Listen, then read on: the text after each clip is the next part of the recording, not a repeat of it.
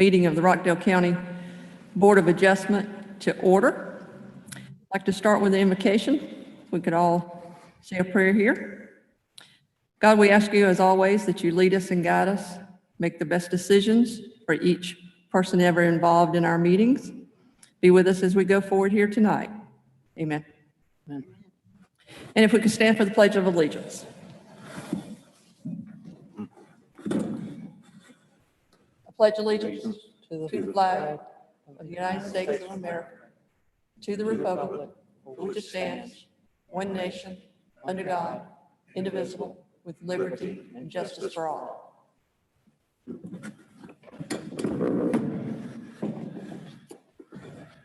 All right.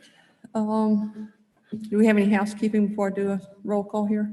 That would be agenda item number 5. Okay. All right, let's determine that we have a quorum and do a roll call here. Bridget Howell, is Bridget with us tonight?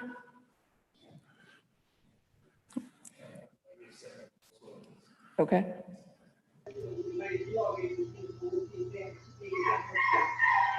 Going yet? She's not, okay. Kevin Fuller?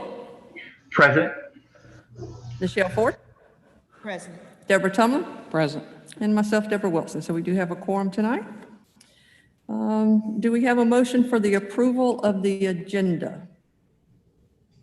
I move that we accept the agenda for this evening. Okay, Second. all right. We have a motion and a motion by Michelle Ford and a second by Deborah Tumlin to approve the agenda. All in favor? Aye. Motion passes. Approval of the minutes. Do we have a motion for the approval of amendment? I did this last time. Approval for the minutes of the September 8th, 2020 regular meeting. Make a motion to approve. Okay. I second. All right, we have a motion by Deborah Tumlin and a second by Michelle Ford to approve the minutes of the September 8th, 2020 regular meeting minutes. All in favor? Aye. Aye. Aye. All right, motion passes. All right, if we can now have read the rules of procedure for public hearings.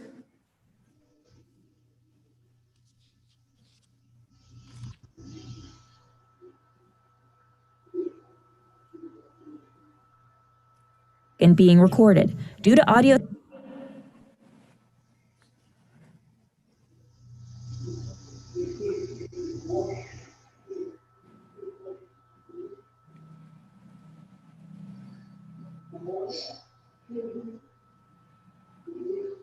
This meeting is being streamed live on Facebook and being recorded. Due to audio sensitivity, please refrain from sidebar conversations or personal comments for anyone in attendance.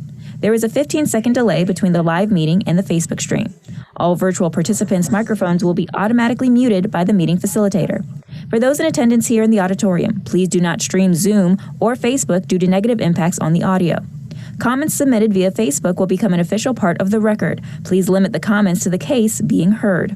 If you are joining us in person, each speaker must sign their name to the appropriate zoning case sheet and fill out a public comment card and submit it to county staff to register your intent to speak prior to the start of this meeting. If you are joining us virtually, you should have registered your intent to speak with staff prior to the start of this meeting. Each item of business will be handled in the order that it appears on the agenda, unless upon motion of the Board of Adjustment, the order is changed. A member of the county planning staff will present each item to the Board of Adjustment and will further provide a recommendation upon each item of business. The zoning applicant or the agent will state their name and address and will have 10 minutes in which to make his or her presentation. Any portion of their 10 minutes may be reserved for rebuttal following the opposition to the application. If you are a presenter, please be prepared to share your screen during your presentation and ensure that your documents are set to full screen or in presentation mode. After the applicant's presentation, all registered speakers who wish to speak in favor of the application will then be heard. The secretary will call all speakers by name in the order of persons attending live in the auditorium, then persons attending via the virtual meeting. Prior to speaking upon the item, each speaker will state their name and address. They will also be limited to a total of 10 minutes. Once the applicant has made his or her presentation and the speakers in favor of the application have been heard, the secretary will call upon the registered speakers in opposition to the application. The speakers will be called by name in the order of persons attending live in the auditorium, then persons attending via the virtual meeting. The opposition will likewise be limited to a total of 10 minutes. Once the public hearing portion is closed, no other speakers will be heard. After all public comments have been heard, the Board of Adjustment may hold a general discussion and ask the applicant questions.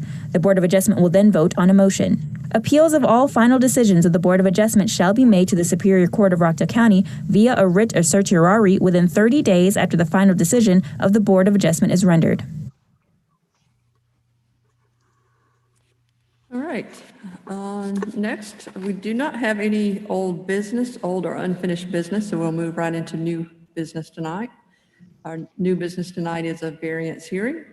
The variance is variance 2020-06. It is for Ellis Point Phase 2, lots 105 through 110, Conyers, Georgia 30094. A variance request from UDO, Section 206-8E3, to permit the construction of a single townhouse building with 7 units, which is an increase of 1 unit over the maximum of 6 units in a single building. The property owner applicant is Rockland Homes Incorporated. And the case now will be presented by our zoning administrator, Mr. Tiris Petrie. Thank you, Madam Chair. This property consists of 0.40 acres, and it is west of Sigmund Road, and specifically west of the interchange with I-20. So you go down Iris Drive from Sigmund Road, and then Abbott Road is access to one part of the subdivision, and then there's another entrance that is, I believe, Ellis Point. This is an overview of the subdivision layout. And we're talking about the lots that are approximately right where the mouse is. Perpendicular to the Ellis Point Drive. So in 2017, the Board of Commissioners rezoned Ellis Point Phase 2 to the RM multifamily residential zoning district. And they approved as part of the approval package, they approved a plan for 96 townhomes with 18 units in the isolated area between Abbott Road and a stream. However, the topographic field survey of Ellis Point Phase 2 revealed that the stream was in a different location, therefore only 17 units were able to be engineered to fit in the isolated area, and the loss of a unit occurred. And again, this is a stream approximately right here, and this is Abbott Road.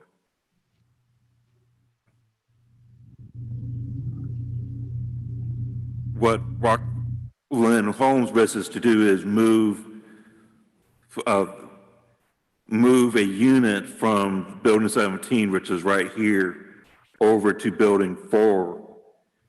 And if approved, they would subdivide lot 110 into lots 110 and 111.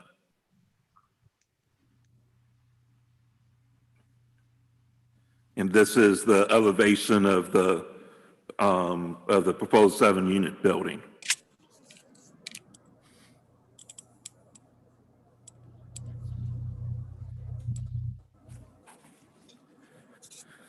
Ellis Point Phase 1 was developed in the R3 zoning district, which allowed 8 units per building, and that is directly to the south of this property. However, with the adoption of the UDO in 2006, the R3 zoning district did not make the cut into the UDO, and the UDO instituted a maximum number of units in a townhouse building to 6. Due to the topography and layout of the property, Ellis Point Phase 2 includes 1 building with 4 units and 5 buildings with 5 units. And only 1 building is proposed to contain more than 6 units.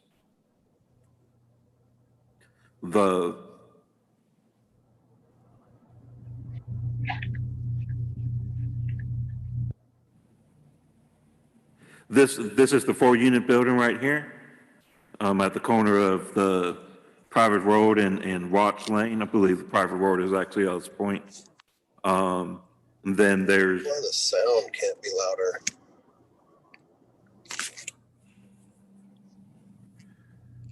Then there's units with 5 buildings here, here, and then building 17.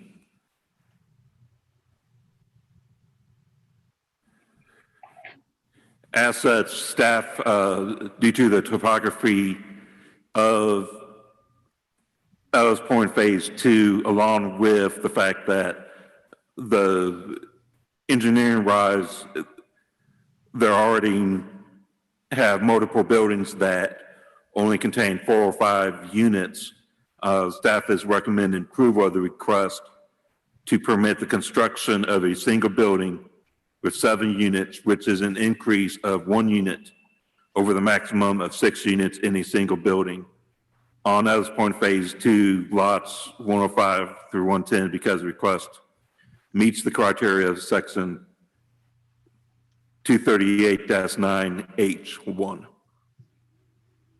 And the applicant is in attendance virtually via Zoom. Okay. All right, so we have the applicant to present.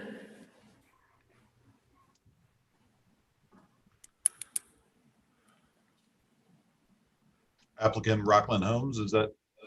That is Mr. Tim. Or I think that might be A. Jenkins as well. I work for Rockland Homes, Andy Jenkins, 258 New Street, Beaufort, Georgia. And I can represent Rockland. I'm the GC for the company. Okay.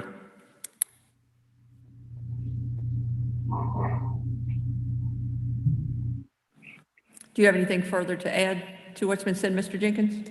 No, ma'am, I appreciate y'all meeting with us tonight, hearing this. We're just trying to reclaim that lost lot. Lot 110's, 64 feet wide. It's big enough. It would be a good fit. It would help us complete the neighborhood. All right, thank you. I'll now call the public hearing to order. Is there anyone present on neither here Zoom nor Facebook? Anything? Okay. So with that, I'll now call the public hearing on variance case 2020-06 regarding Ellis Point Phase 2 lots 105 through 110 to be closed. This variance case is now open for board discussion. So we'll go around and ask if there are any questions for the staff or the applicant.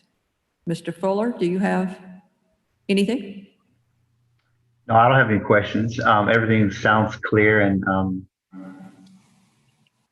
no questions needed to be addressed at this time. Thank you, Mr. Fuller. Ms. Ford, you have any questions? Yes, I do. Okay. I have a few questions. So my first question is with regards to the topography of this request. My question is, didn't it show, or was this stream or body of water originally there and that it was overlooked and they discovered it after the approval for this variance? Specifically, what happened? It is my understanding in conversing with the engineer of the project is that the topography is, the field survey is usually done after the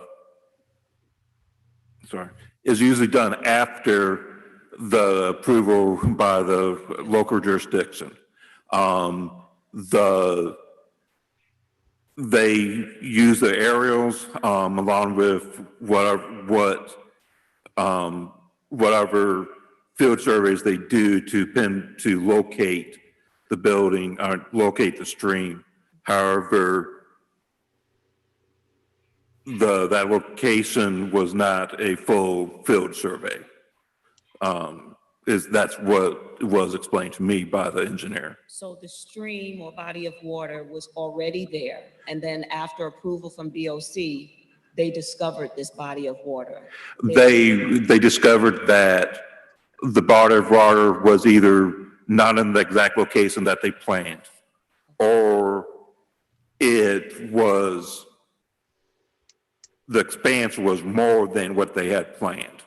And so they were able to engineer 17 units in that area instead of the 18 that they wanted. Right. So they knew the body of water was there. They just didn't know how large it was and that it would affect this 18 unit as opposed to now 17. That is correct. Right. Okay. So my next question then is, so what exactly is the hardship? The hardship is because of the topography of the land. The topography of the land with the existing stream and the existing, I believe there was at least one pond already there. That presents a hardship from the original plans.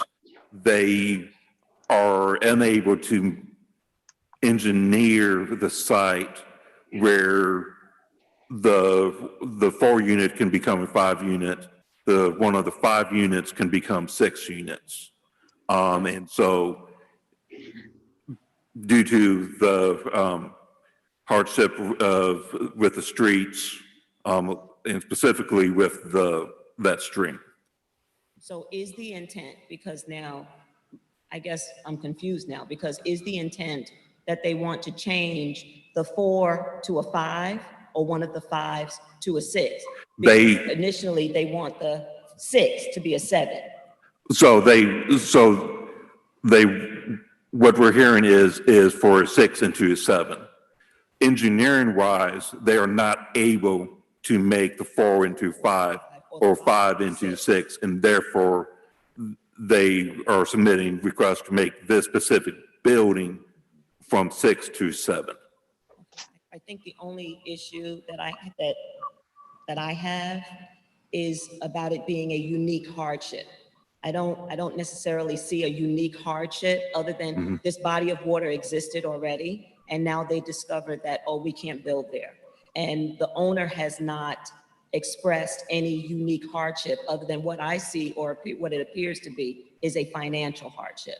But I think I need a little more that says to me that there is a unique hardship as a result of that. Maybe the other units are impacted in some way, and that's why we need to, extend it to 7. So I'm having trouble seeing the uniqueness of the hardship here. Okay. Okay. Okay, those are all your questions, Ms. Ford? Is that all your questions, Ms. Ford? Oh, yes, Okay. yes. And I don't know if the applicant wants to respond. Right. Mr. Jenkins, I believe he's on mute.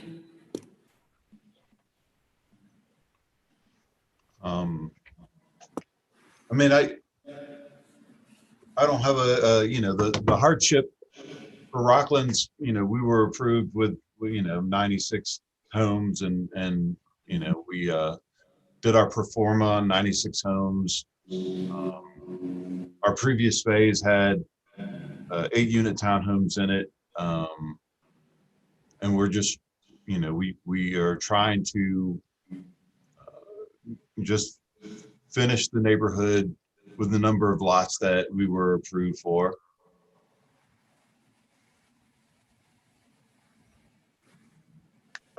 Okay, thank you, Mr. Jenkins. Ms. Tumlin, do you have any questions? I do not. Okay. For myself, I too was looking at this as Ms. Ford was earlier, and the stream that is in a different spot now, or appears to be in a different spot than when they were approved. It looks like they did take the information from Rockdale County information, the aerial maps that Rockdale County had. So perhaps the things that the county had to give to the two Rockland homes was slightly incorrect. Is that kind of? With, that is quite a possibility. None of the staff that is here tonight was here in 2017. However, it is realistically to believe that without a field survey performed by surveyors with the GPS units on the backs or whatever they do these days, that that specific field survey would reveal what's going on.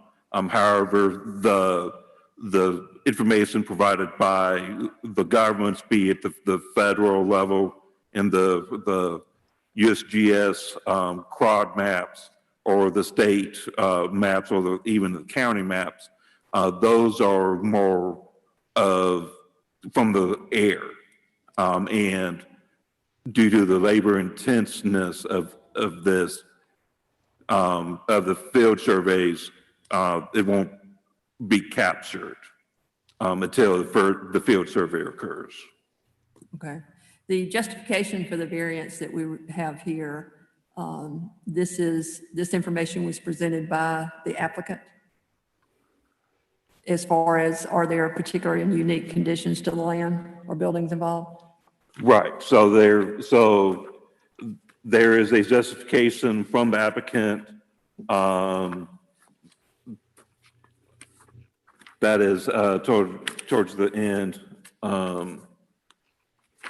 That's typed by the applicant. It's towards the end of the packet that you have. Okay. And then that is required by code that they prepare one, and then staff prepares our own justification. Then I have a question for Mr. Jenkins on that then. So Mr. Jenkins, can you tell me, I see here that the information that was originally gathered was gathered from Rockdale County GIS and maps and deeds obtained from the county tax assessor's office. And that's what it was originally based on, but then you had a survey prepared by Travis Pruitt after zoning approval. Can you tell me if that new survey or the proper survey that you're having to go by was done during phase one, before phase one, or was that done after phase one and when you were getting ready to get into phase two? That survey was done after. After zoning, but before what phase? Subdivision of phase two, according to the dates. So after phase one was completed, a new survey was done? Correct. Okay, okay. Right. So the applicant would not have known about the discrepancies until they got ready to build phase two? Correct, until they got ready. Okay. So phase one was done between 2006 and 2017 as far as the rezoning, well, would have been done prior to 2006. They would have focused on phase one first, done the topographic survey, and then for phase two, that was done after November 14th, 2017. Okay. Approval of their rezoning, but before the recording of the lots. Okay, so phase once they went to start phase two, that's when this problem was discovered. Right. And just to make sure I understand also, we're not increasing the total number of units. We're simply moving one unit from one spot to another spot? Correct. Total number of units that were originally approved in zoning remains the same? Correct.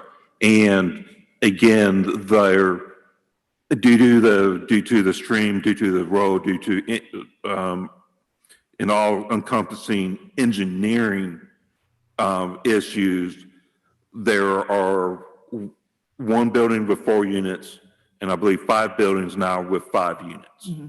And so the engineering just won't allow them to meet the maximum of 6 units Gotcha. on those 6 buildings. Okay. All right, I think that's all the questions I have. I'll now entertain a motion on this variance.